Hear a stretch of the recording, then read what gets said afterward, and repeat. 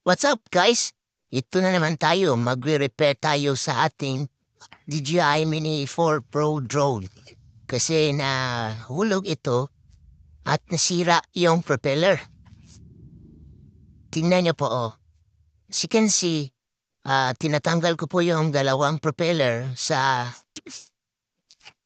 ibabaw. Yan. Kinuha ko muna yung screw. Tapos,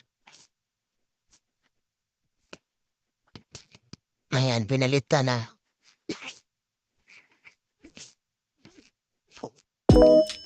Nung pinalipad ko kasi ito, guys, hindi ako naka-standby lang.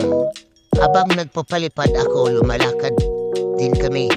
Kasi kinukunan ko yung video. Fiesta kasi sa amin dito.